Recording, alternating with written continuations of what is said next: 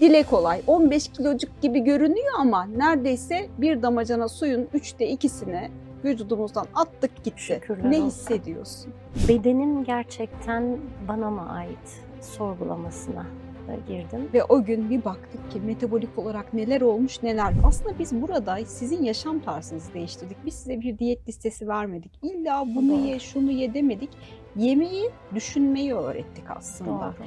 Yaptığın şeyin farkında olmayı öğrettik. İşte ondan vazgeçemem. Ben hayatta şunu yemeden duramam. İşte bunları bırakmak gerekiyor.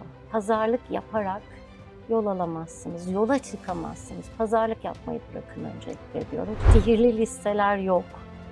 Listemiz yok aslında. Aynen, listemiz de yok dediğiniz gibi. Yemek tarifleri var. Yaşamınıza yaptığınız en büyük yatırım bu aslında. Şimdi 15 kilo dediğimiz şey sizin vücut ağırlığınızın %20'sinin kaybedilmesi demek. 75 kilodan 58 kilolara indik. Sizinle gurur duyuyorum sevgili öğrencim.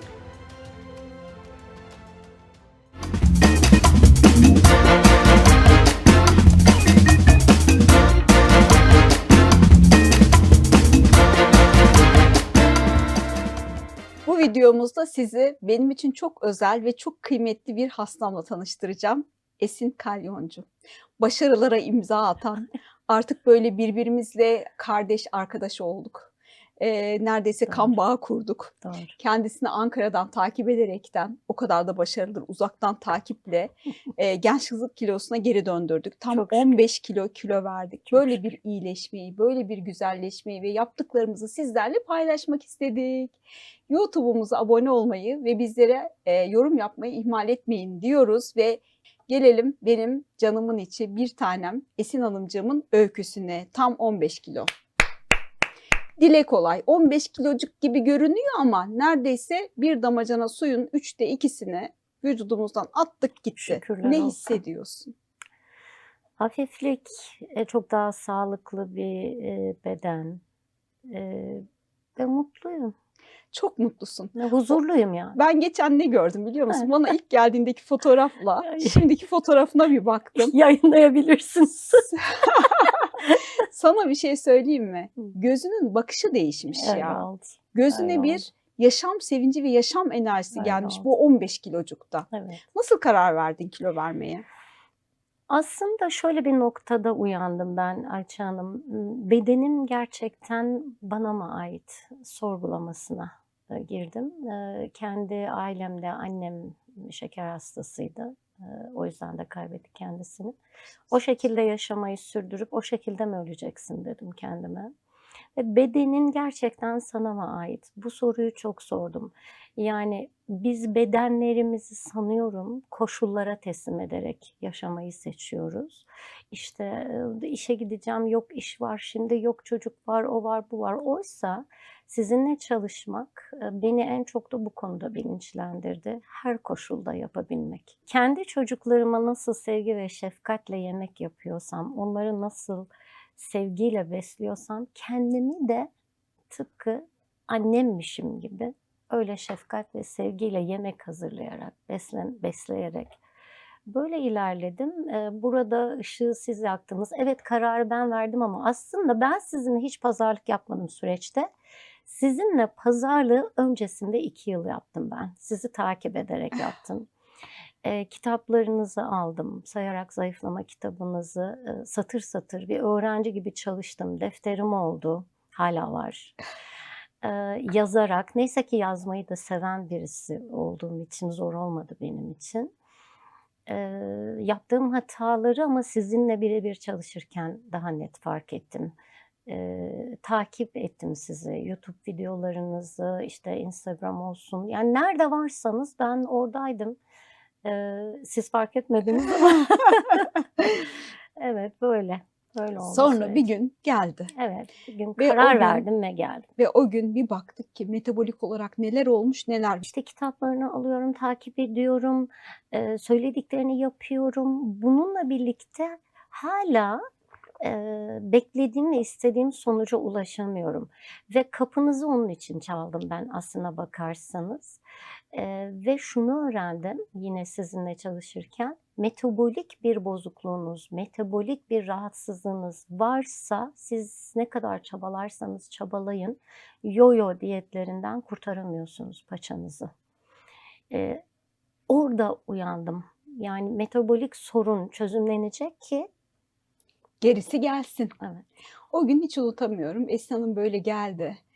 Biz birbirimize bir sarıldık. Böyle Öyle yıllardır oldu. birbirimizi Vallahi öyle tanıyormuşuz oldu. gibi. Öyle oldu. Sonra ama ben seni çok hissediyordum. Neler Evet, hissettiğini ve yaşadığını çok iyi biliyordum. evet. Sonra dedin ki işte ben ne yapacağım? Çok güzel şeyler yapacağız dedik ve işe metabolizma tamiriyle başladık. Ne vardı senin metabolizmanda hiç farkında olmadığın? İnsülin direncimle ilgili, evet, farkında olmadığım biricik konu buydu. Ailemde şeker olmasına rağmen, şeker hikâyesi olmasına rağmen, hani, şimdi çok fazla da bilgi var ya Ayça Ne hocam. yazık ki İşte evet. o mesela, kan testlerimi yaptırıyordum ama o değer bana normalmiş gibi geliyordu. Oysa her bünyenin normali de birbirinden farklıymış. Bunu da sizinle yine çalışırken gördük. Ben teslim ettim kendimi size, güvendim. Yani bir iç hastalıkları uzmanı, içimde ne var, içimi siz okudunuz. İçimi İç siz okudunuz. organlarına çok İçimi yakından siz bir bakış okudunuz. olarak girdik, içine baktık ne var ne yok diye. İçimi Bir siz gördük ki okudunuz. metabolik olarak oh neler var A, bir de neler. hayatımda hiç böyle bir değerim olduğunu hatırlamıyorum mesela. Tiroidle ilgili küçük bir değerim yüksek çıkmıştı. Beni hiç telaşlandırmadınız Ayça Hanım. Hani o bir sorun ve Allah'ım ben bunun içinden nasıl çıkacağım endişesi hiç taşımadım ben sizinle yol alırken. Bunun için minnettarım. Yani, bir kere daha teşekkürümü herkesin Canım. huzurunda sunmuş olayım size. Ben çok teşekkür ederim. Gerçekten o kadar uyumlu, o Çalışkan kadar bir öğrenciydim. çok çalışkan bir öğrenciydi. Hiçbir randevusunu atlamadı. Hepsine böyle bütün notlar tutulmuş, sorular Aynen. hazırlanmış bir şekilde. Aslında biz burada sizin yaşam tarzınızı değiştirdik. Biz size bir diyet listesi vermedik. İlla O bunu doğru. ye, şunu ye demedik. Yemeği, düşünmeyi öğrettik aslında. Doğru. Yaptığın şeyin farkında olmayı, öğrettik ve bazen hepimiz kaçırabiliyoruz, hepimiz yanılabiliyoruz. O gün çok kaçırabiliyoruz. Ertesi gün geri dönüş yollarını öğrendin ve 9 aylık bir süre, bunun 3 ayını çok aktif birlikte çalıştık. Sonrasında da yaklaşık 6 aydır arada bir telefonda görüşüyoruz Doğru. ve hiç geri kilo artışın yok. Şükürler olsun. Bugün kalıcı zayıflama aslında hepimizin hedefi olması gereken, sağlık kazanımı bu olmalı. Kilo vermek değil, kalıcı olarak fazla kilolarımızdan kurtulmak ve bunu bir yaşam tarzı haline getirebilmek. Dosdoğru. Ve siz de bunu yaptınız, yaşam tarzı haline getirdiniz. Şimdi eski Esin Hanım ne yapıyordu, yenisi ne yapıyor? Porsiyon kontrolüm yoktu. Aslında yediklerimin içeriğinde, eee, çok, kırıcı böyle, hani, değişiklikler olmadı. Fakat birincil mesele porsiyon kontrolüydü. Onu söyleyebilirim. Ben sanki bir bayrama hazırlanıyormuş gibi önce buzdolabı temizliği yaparak başladım. Imm, Küçük kaplara koymaya, küçük porsiyonlar, yiyebileceğim kadar, işte, sayma, ödevlerim şeyiyle, çerçevesinde, porsiyon kontrolünü öğrendim. Önceki Esin, bu nasıl olsa sağlıklı yiyecek diye oturduğunda dünyaları deviriyordu. Sonra dedim ki o öyle değilmiş. Ya. Yani sağlık, içerikle birlikte ölçü gerektiriyor. Ölçü gerektiriyor. Bu çok çok önemli. Evdeki büyük servis tabakları gitti, küçük Aynen, pasta tabakları geldi, aynen. küçük Küçük çatallar, çatallar, küçük aynen, kaşıklar. aynen. Kendisi sınıf birincilerimden biridir bu arada. Aynen öyle, buradadır kendisi. Çevreden görenler ne diyor? Nasıl yaptın? Ne diyorsun? Bana da liste versene söyleyenler, bana da liste versene, işte, hocanın sana yazdığı listelerden bana versene. Yok öyle, öyle yok diyorum. Pazarlık yapmayacaksınız ve her bedenin kendine özgü olduğu, kendine özgü meseleleri olduğu gerçeğini ön kabulle yola çıkacaksınız ve mutlaka Ayça Hoca'nın kapısını çalacaksınız diyorum. Vallahi böyle söylüyorum. O kadar. İşte ondan vazgeçemem. Ben hayatta şunu yemeden duramam. İşte bunları bırakmak gerekiyor. Yani bunları söylüyorum onlara. Pazarlık yaparak yol alamazsınız, yola çıkamazsınız. Pazarlık yapmayı bırakın öncelikle diyorum. Kitaplarınızı tavsiye ediyorum. Canımsınız. O kitaplar alınacak diyorum. Onlar bir hatım edilecek. Listeler orada diyorum. Yani sihirli listeler yok. Listemiz yok aslında. Aynen, listemiz de yok dediğiniz gibi. Yemek tarifleri var.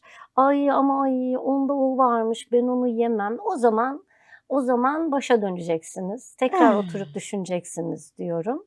Nazar etme ne olur, çalış senin de olur diyorum.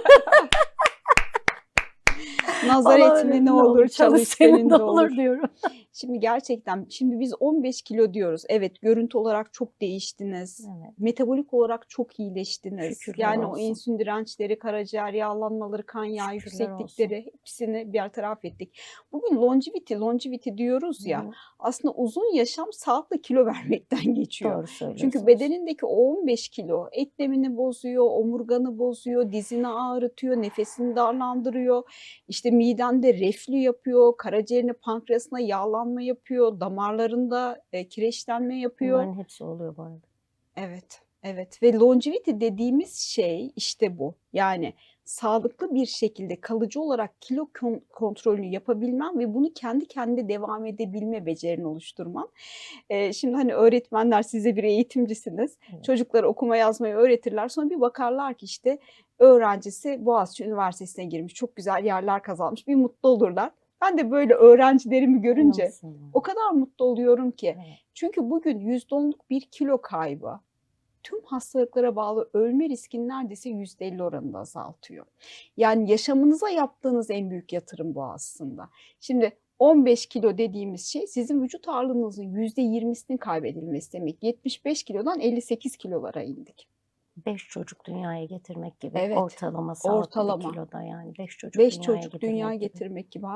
Evet, 5 çocuk dünyaya Yani 3'er getirmek gibi. kilodan olsa. Tabii. 5 tane yavruyu dünyaya getirdik. Ayça Hanım bir de şunu görüyorum. Ben onu biliyorum ya. Ben onu biliyorum. Bilmek, yaşamına yerleştirebiliyorsan biliyorsun. Yani tanımak bir bilgiyi başka bir şey. Onu yaşamında bir pratik haline ve uygulama haline getirebiliyorsan o zaman biliyorum deme cesareti olmalı insanın. Böyle düşünüyorum. Çok doğru Evet. düşünüyorsunuz. Çünkü herkes her şeyi biliyor ama Aynen. uygulamaya gelince hiçbir şey yok. Neden? Çünkü demek ki bildiği havada kalıyor. Aynen. Onu uygulamaya dönüştürebilmek, yaşam tarzını değiştirmek ve gözlerimize böyle bir mutluluk ışığı yakabilmek. Şükürler olsun. Ben de çok şükrediyorum.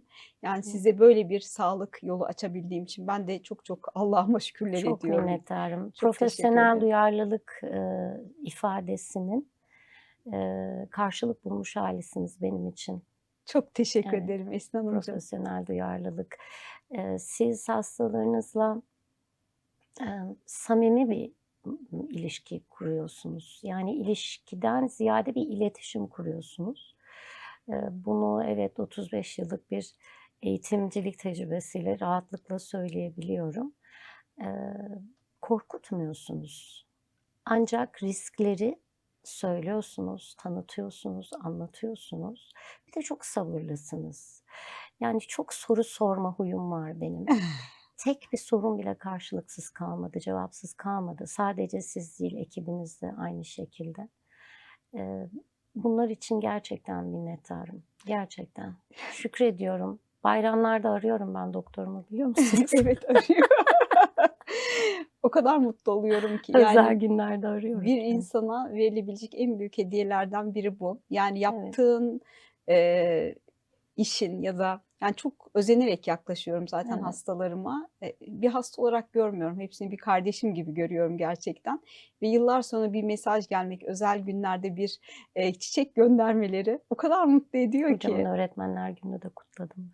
Evet. Bana beslenme, okuryazarlığını öğrettiği için. Evet. Öğretmenler Günü'nde bir baktım Esin Hanım'dan mesaj. Beslenme okur yazarlığını öğrettiğiniz için teşekkür Evet, ederim. şarkısını bile gönderdim. Evet, ay o kadar mutlu oldum ki, o kadar mutlu oldum ki. Çok çok teşekkür Ben ediyorum. teşekkür ederim İyi ki efendim. yollarımız kesişmiş. İyi ki İyi ki bu oldu. kardeşliği İyi ki. kurmuşuz. İyi ki. Kendisi bugün YouTube çekim için ta Ankara'dan kalktı geldi. Evet. Biz onunla ilk görüşmeyi de İstanbul'da yaptık. Sonra dedim ki sen hiç merak etme. Nerede olursan ol ben senin yanındayım dedik. Teknoloji sağ olsun 7/24 WhatsApp'ımızda, görüntülü konuşmalarımızda, mesajlarımızda hala her gün attığımız mesajlarla bir ömür boyu senin yanındayız bir Çok tanem. teşekkür ediyorum. Bu duygu, bu güven duygusu gerçekten iyi hissettiriyor.